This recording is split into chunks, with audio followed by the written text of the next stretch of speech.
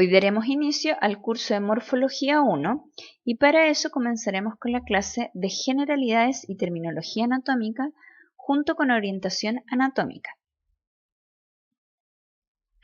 Para comenzar, revisaremos la terminología anatómica internacional y para eso es importante conocer a la persona que vemos aquí en la imagen del lado izquierdo, conocido como Andreas Vesalius. Andreas Vesalius se considera el fundador de la anatomía humana moderna. Estudió medicina en las universidades de Lovaina, París y Padua, donde se doctoró graduándose a la edad de 23 años. Entregaba cátedras de cirugía y anatomía en la misma universidad y él tenía la particularidad que durante sus demostraciones prácticas era el mismo quien hacía sus disecciones anatómicas en lugar de confiárselas a un cirujano. En el año 1543, Andreas Vesalius da origen al libro De Humani Corpori Fabrica, el que podemos ver aquí en la imagen del lado derecho. Este libro se considera como el primer tratado moderno de anatomía, tanto por su claridad como por el rigor expositivo de sus contenidos, y ha sido uno de los libros más influyentes sobre anatomía humana. ¿Qué es lo que pasaba? Andreas Vesalius se daba cuenta que en cada academia se enseñaba con epónimos. Los epónimos era el término o frase formada por el nombre de una persona, como por ejemplo la trompa de Falopio, que fue denominada así porque quien la descubrió era Gabriel Falopio, ¿ya? Además, en cada academia se ocupaba su propia terminología. Entonces, ¿qué es lo que pasaba? Cuando se realizaban reuniones no existía un criterio único y unificado. Desde ahí es donde nace el problema de plantear una terminología anatómica internacional, la cual fue reflejada en este libro De Humani Corpori Fabrica. Este libro continuó con sus revisiones en distintas épocas. En el año 1895 se da la edición de la Nómina Anatómica de Basilea, que incluía los nombres de 1354 estructuras descubiertas hasta entonces, sin la inclusión de epónimos.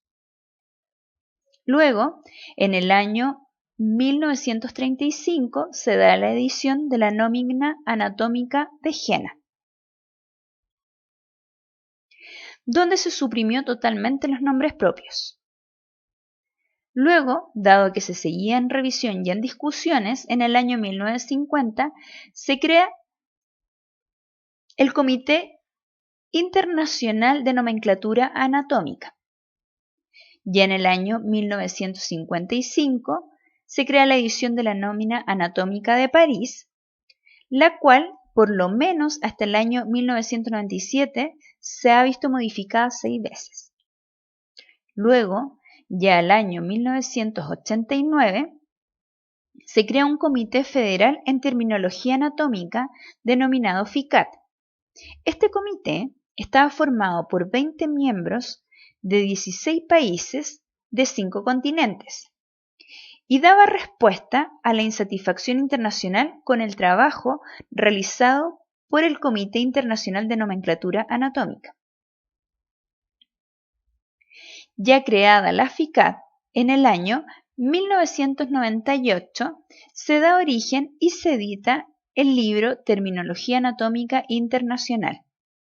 Este libro que ustedes ven acá en la imagen es el que utilizamos hasta la actualidad para hablar de terminología anatómica y que ustedes deberán ir conociendo porque van a ser los términos con los que nos vamos a expresar durante todo el año. ¿Cuáles son los principios de la terminología anatómica internacional? Primero, lo que busca es la estandarización universal de los términos anatómicos, ¿ya?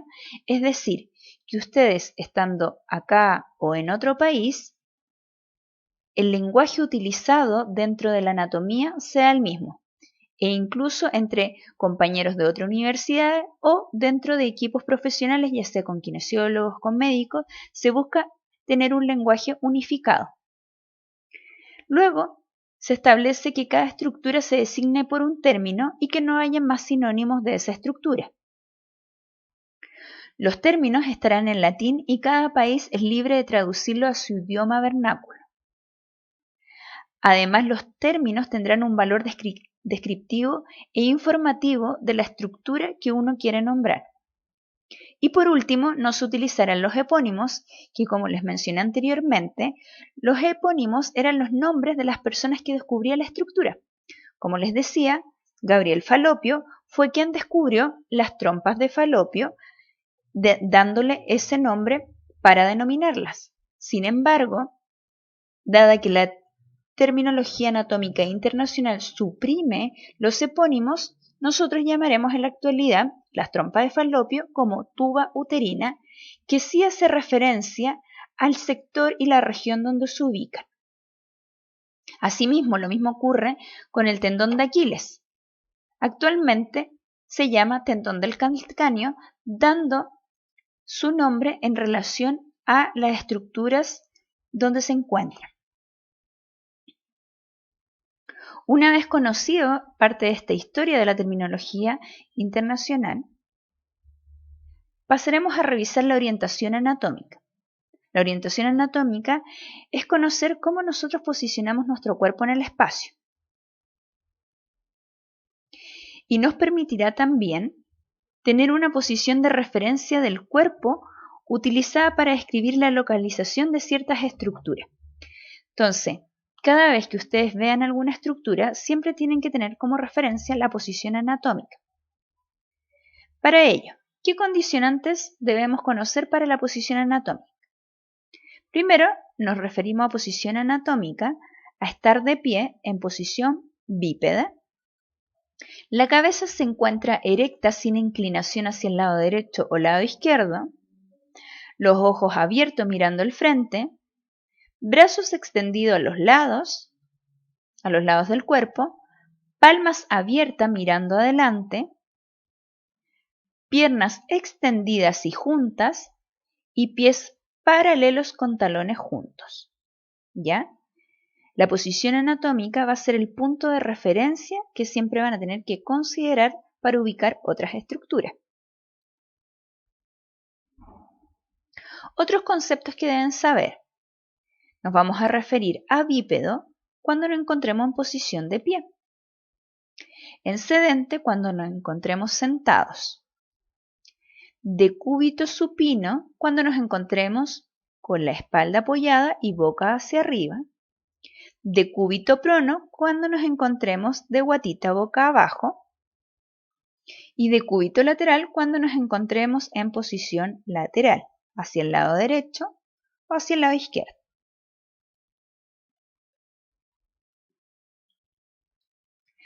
Para saber cómo posicionamos el cuerpo en el espacio, nosotros revisaremos los planos anatómicos. Los planos corporales son cortes imaginarios de características bidimensionales que dividen el cuerpo en dos partes. Nos vamos a encontrar el plano sagital, que se observa aquí en color rosado, que nos divide el cuerpo en un lado derecho y un lado izquierdo. El plano coronal o frontal, que se ve acá en color azul, nos divide el cuerpo en una parte anterior y una posterior. Y el plano horizontal, que se ve aquí en color verde, nos divide el cuerpo en una porción superior e inferior. Iremos revisando cada uno de ellos, pero primero debemos conocer qué son los ejes. Los ejes corresponden a la unión de dos polos opuestos, ya sea unir de anterior a posterior, de látero a lateral o de céfalo a caudal. Ese va a ser un eje, una línea, una recta que nos une dos polos opuestos. La función de los ejes es ubicar una figura geométrica en el espacio, ¿ya? Y los planos están compuestos por ejes. Entonces, el cuerpo humano tiene tres ejes, que va a ser el eje antero, posterior, que aquí se ve, el eje horizontal, que va de látero a lateral, de un lado hacia el otro lado, y el eje longitudinal que va desde céfalo a caudal. Conociendo entonces los ejes, podemos dar una descripción de los planos. Partiremos por el plano sagital. El plano sagital es aquel que nos divide el cuerpo en dos partes, en un lado derecho y en un lado izquierdo. ¿Ya? El lado derecho aquí se observa en color rosado y el lado izquierdo se observa en un color un rosado un poco más claro. ¿Ya? El plano sagital pasa justo en medio, dividiendo estos dos lados, y está formado por dos ejes. Un eje longitudinal, que aquí se observa siguiendo la flecha, recordando que el eje longitudinal va desde céfalo, que es la cabeza, a caudal, que son los pies. Y está conformado por un eje antero-posterior, que va desde anterior hacia posterior. Entonces el plano sagital está conformado por estos dos ejes, ¿ya? Y nos divide el cuerpo en dos mitades, una derecha y una izquierda. Ese va a ser el plano sagital. Cuando el plano sagital pasa justo por la mitad del cuerpo, lo vamos a denominar plano sagital mediano. Sin embargo, si ese plano sagital se aleja del medio hacia lateral, lo vamos a denominar plano sagital paramediano, dependiendo si está más cerca del medio o más lejos, será medial o lateral, es decir, plano sagital paramediano medial o plano sagital paramediano lateral.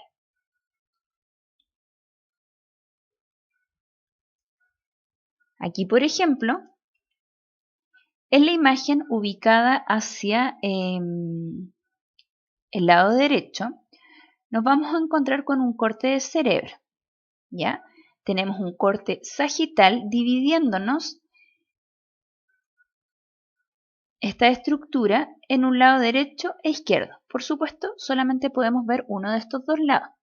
Entonces, este corte nos permite describir ciertas estructuras. Por ejemplo, nosotros podemos decir que el cerebelo se encuentra posterior al tronco del encéfalo, o que el cuerpo calloso se encuentra superior al fórnix. ¿Ya? Entonces, este plano sagital nos permite ir descubriendo y ubicando ciertas estructuras. Luego, vamos a tener el plano coronal o frontal.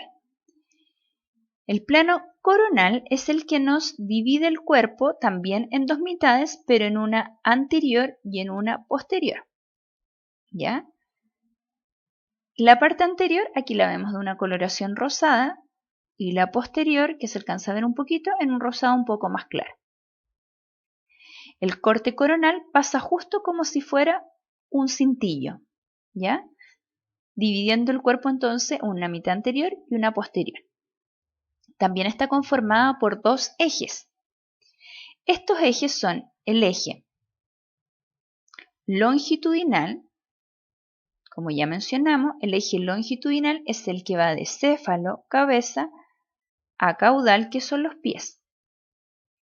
Y un eje horizontal que va desde látero hacia lateral, ¿ya?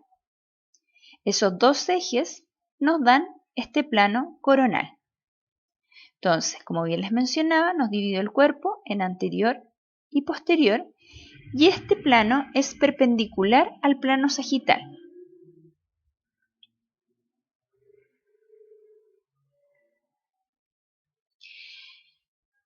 Si lo revisamos acá en un corte de cara, este plano coronal o frontal nos dividió la cara en una porción anterior y posterior. La porción anterior no la podemos ver porque fue retirada de esta muestra, dejándonos con esta porción posterior que nos permite ubicar ciertas estructuras. como por ejemplo, los senos maxilares se encuentran lateral a la cavidad nasal o la lengua que se encuentra inferior a la cavidad nasal. Acá podemos ver las conchas y los meatos que se encuentran inferiores a las conchas nasales. ¿Ya? Entonces todo esto nos permite ir describiendo qué es lo que se encuentra hacia lateral, medial, superior o inferior respecto a una estructura, pero no podemos observar lo que se encuentra hacia anterior o posterior de esa estructura. Luego nos vamos a encontrar con un plano horizontal, y el plano horizontal es el que nos va a dividir el cuerpo en una porción superior y en una inferior. La superior acá la vemos en coloración rosada y la inferior en un rosado más claro. También está conformado por dos ejes. En este caso es el eje antero-posterior, que es la línea que va desde de anterior hacia posterior, y un eje horizontal que va de latero a lateral. Entonces todo este plano nos hace dividir el cuerpo en dos. ¿Ya? Este plano se encuentra perpendicular al plano sagital y al coronal.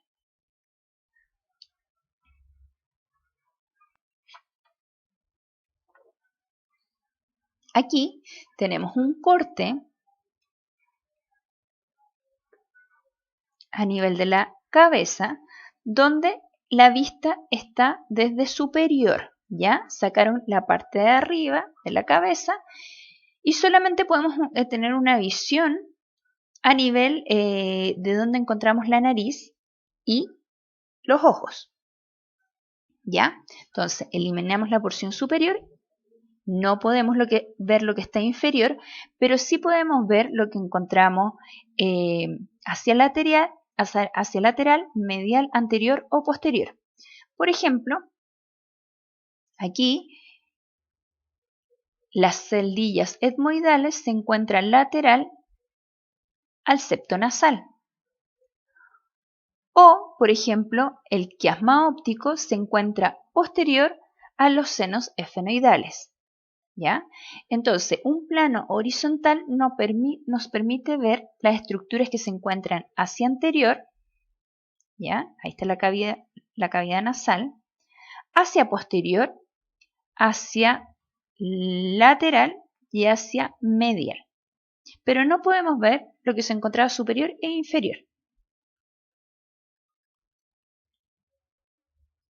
Y por último tenemos el plano transversal, que el plano transversal lo vamos a ocupar específicamente cuando nos refiramos a una estructura aislada.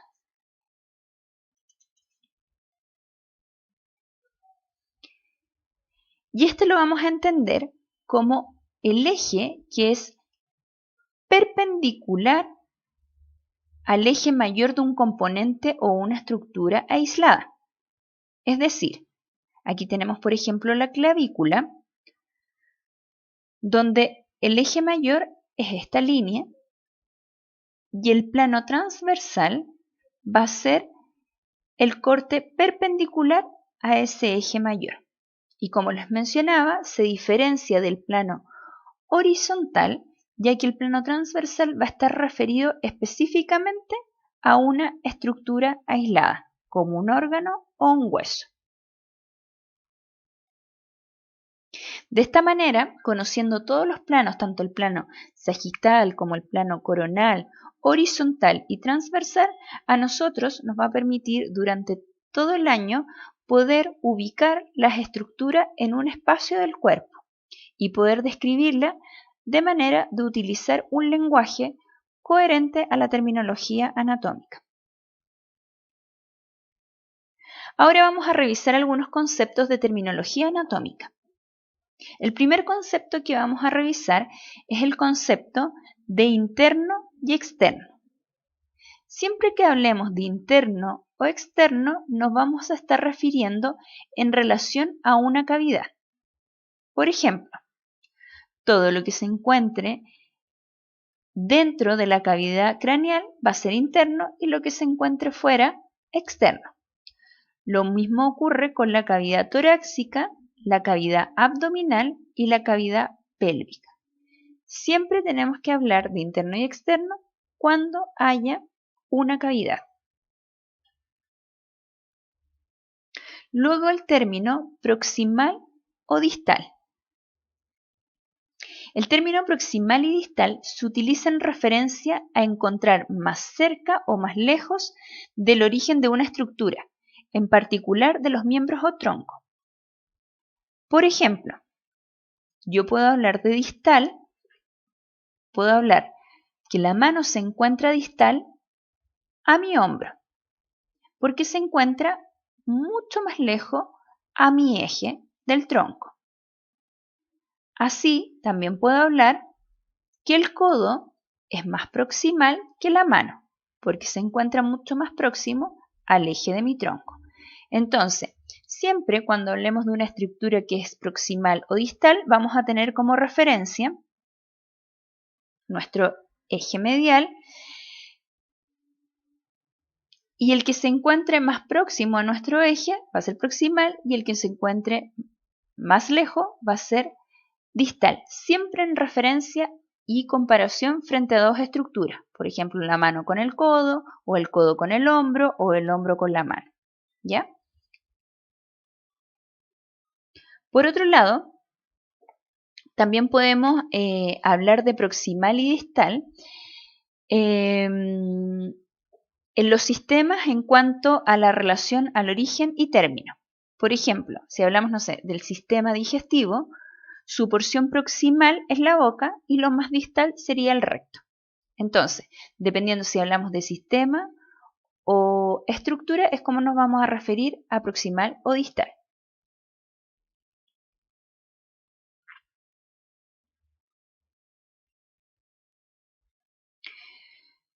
Luego tenemos el término de superficial y profundo.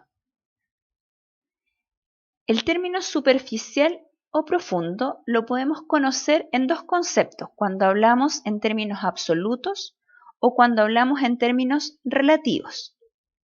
Cuando hablamos de superficial y profundo en términos absolutos, siempre vamos a tener que considerar la fascia, ¿ya? La fascia profunda o muscular, es decir, todo lo que se encuentre fuera de la fascia profunda o muscular se va a referir a algo superficial y todo lo que se encuentre dentro de la fascia profunda se va a considerar como profundo. ¿Qué es la fascia? Por ejemplo, la fascia envuelve el hueso y el músculo, ¿ya? Entonces, podemos referirnos a que el hueso se encuentra profundo en términos absolutos porque se encuentra dentro de la fascia. Y por ejemplo, la piel se encuentra más superficial en términos absolutos porque está fuera de la fascia. Así también, en términos relativos, se puede hablar de superficial o profundo, como por ejemplo en el caso de la piel. Superficial, en términos relativos, se refiere a todo lo que queda más cerca de la superficie, relacionando elementos entre sí. Y profundo va a ser lo que se encuentre más lejos de la superficie. Eso en términos relativos, porque en términos absolutos, lo superficial y profundo siempre va a estar relacionado con la fascia profunda o muscular.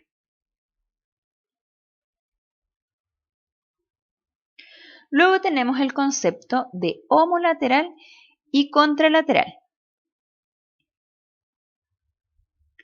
Vamos a entender a homolateral o ipsilateral como las cosas que se encuentran del mismo lado del cuerpo. Por ejemplo, en esta imagen, hacia su lado izquierdo, nos vamos a encontrar con que el ojo es homolateral a los músculos de esta imagen que se observa, ¿ya? Y contralateral nos vamos a referir a lo que se encuentra opuesto. Por tanto, en la imagen podemos referir el ojo se encuentra contralateral a los huesos, ¿ya? Entonces, vamos a referir a homolateral como todo lo que se encuentre del mismo lado y contralateral a lo que se encuentre del lado contrario. Recuerden que siempre es en referencia a una estructura y otra. Por ejemplo, aquí la nariz se observa homolateralmente a los labios, pero los labios están contralateral a los dientes que se observan en esta otra imagen.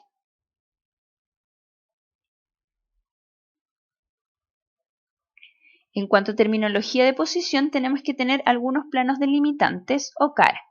Nosotros siempre cuando veamos en una estructura nos vamos a encontrar con ciertas caras y va a ser la cara anterior, que aquí se observa, es como si uno lo comparara como revisando un celular. La cara anterior es la pantalla. Nos vamos a encontrar, si tenemos una cara anterior, con una cara posterior, que sería el dorso. Una cara lateral, así como también una cara superior y una cara inferior. ¿Ya? Todas las estructuras siempre van a estar delimitadas por cara, entonces una anterior, una posterior, una superior, inferior y lateral. Y eso nos va a permitir también orientar la estructura. ¿Hacia dónde la vamos a ubicar? ¿Hacia anterior, hacia posterior, superior, inferior o lateral? Por último, uno de los últimos conceptos que vamos a revisar en la terminología de posición es el concepto de dirección y sentido. Siempre que hablemos de dirección, nos vamos a estar refiriendo a una recta, ¿ya? Esta recta puede ser vertical, horizontal o oblicua, ¿ya? La dirección es solo una recta. En cambio, el sentido es hacia dónde me voy a dirigir, ¿ya?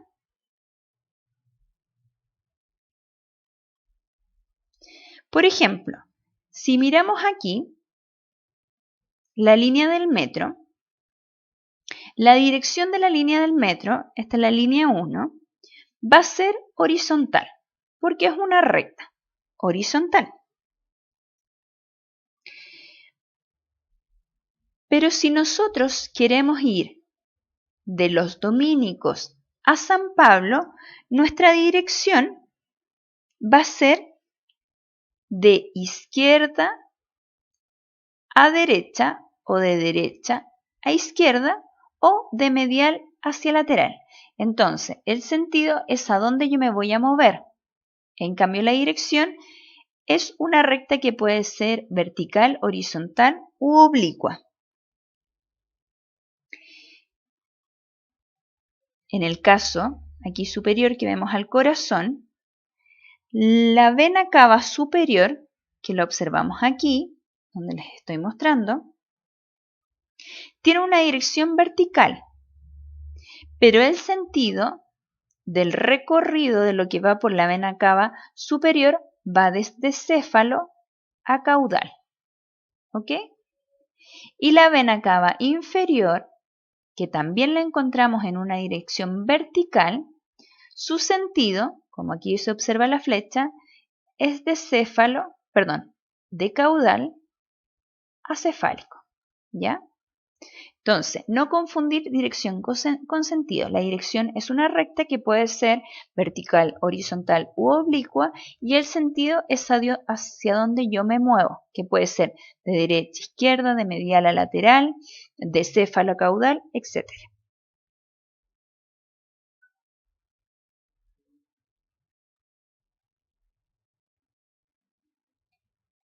Por último, vamos a revisar de manera general los principios de construcción del cuerpo humano. Todo cuerpo humano está constituido por 7 principios. Como el de cualquier vertebrado, posee una construcción general que obedece los siguientes principios. El primero es el de simetría bilateral, segundo de metamería, tercero paquimería, cuarto polaridad, 5. Estratificación. 6. Segmentación. 7. Minimalidad. 8. Fractalidad. Y 9. Crinosidad. Vamos a revisarlo uno por uno. El primero corresponde a la simetría bilateral o antimería. Como aquí bien se ve en la imagen, es un plano sagital mediano, recuerda que dijimos mediano cuando pasa justo por el medio del cuerpo y que divide el cuerpo en dos mitades. Estas dos mitades o antímeros, aquí se ve derecha e izquierda, son semejantes morfológica y funcionalmente, pero no son exactos. Por ejemplo, cuando nosotros dividimos en un plano sagital a nivel del tórax, ¿qué nos vamos a encontrar? Que por fuera son semejantes, pero internamente los órganos que encontramos al lado derecho no van a ser los mismos que el lado izquierdo. Porque, por ejemplo, al lado derecho nos vamos a encontrar con el hígado y al lado izquierdo nos vamos a encontrar con el corazón. Entonces, por eso cuando hablamos de simetría bilateral, los antímeros que quedan divididos son semejantes morfológica y funcionalmente, pero no exactos. Luego, el segundo principio es la metamería. La metamería, cada parte corresponde a un metámero. Es la superposición en sentido longitudinal de partes semejantes. Por ejemplo, ¿dónde encontramos esto? En la columna vertebral. Cada vértebra corresponde a un metámero y estos se superponen todo en un sentido longitudinal y todos son partes semejantes. ¿Dónde más lo vamos a encontrar? Por ejemplo, en las costillas, ¿cierto? El tercer principio de paquimería corresponde al principio según el segmento axial del cuerpo de un individuo. Este se va a constituir por dos tubos, uno dorsal y otro ventral, que se dan durante las etapas embrionarias.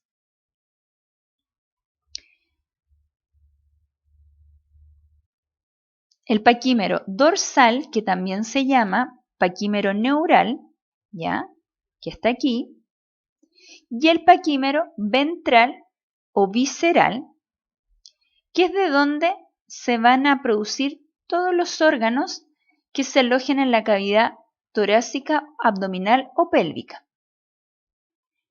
Y desde el paquímero dorsal es donde se va a generar todo lo que es nuestro sistema nervioso central, tanto encéfalo como médula espinal.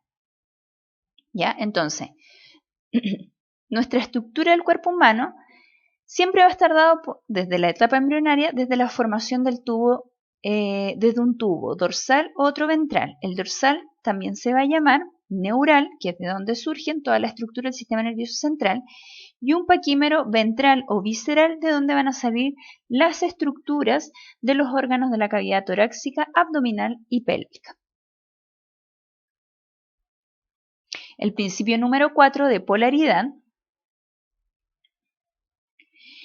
es el principio en el cual el cuerpo permite reconocer dos polos. Ya habíamos hablado anteriormente con referido a los ejes, ¿ya?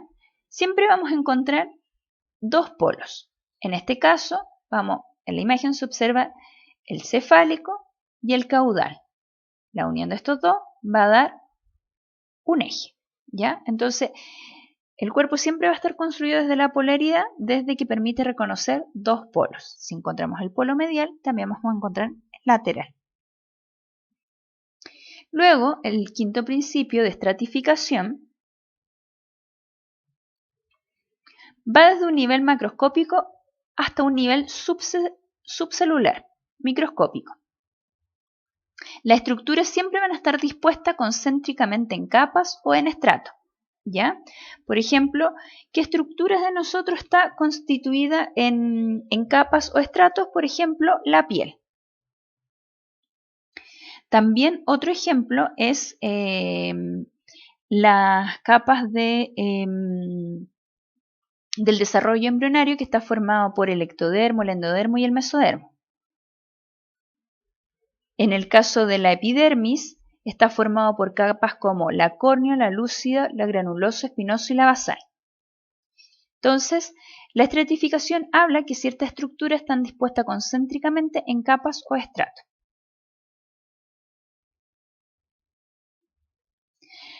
La segmentación son subdivisiones de acuerdo a la distribución de sus vasos, nervios, ductos o canales.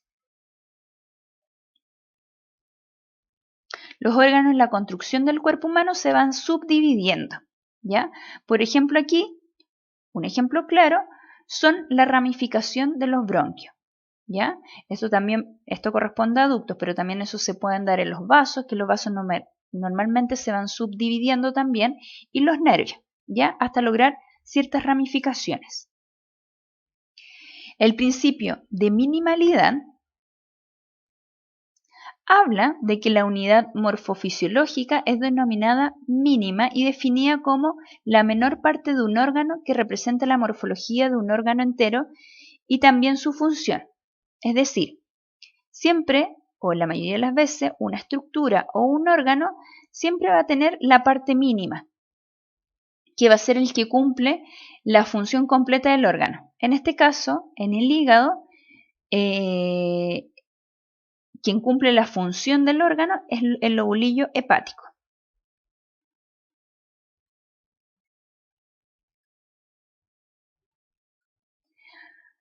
Número 8. Conocemos el concepto de fractalidad. Son una serie de segmentos geométricos de dimensión y orientación variable, pero que tienen forma semejante. Como por ejemplo, la estructura fractal existe en las ramificaciones de los vasos sanguíneos, como se ve aquí en la imagen, que en el fondo son distintos segmentos, pero de dimensión y orientación variable. Recuerda que el principio de segmentación es distinto al de fractalidad porque la segmentación es la subdivisión. Y aquí son los segmentos en el fondo que tienen forma semejante. Y por último tenemos el principio de crinosidad, el cual nos habla que todas las células poseen una función secretora, la que llamaremos crinosidad, como por ejemplo las glándulas endocrinas y las glándulas exocrinas, ¿ya? Entonces, a partir de todos estos principios, son los principios que nosotros requeremos conocer para la construcción del cuerpo humano. Todos los seres vertebrados vamos a cumplir de una u otra manera con estructuras que se acojan a estos principios. Y por último, vamos a revisar el concepto de normalidad, variación y anomalía. Nos vamos a referir a normalidad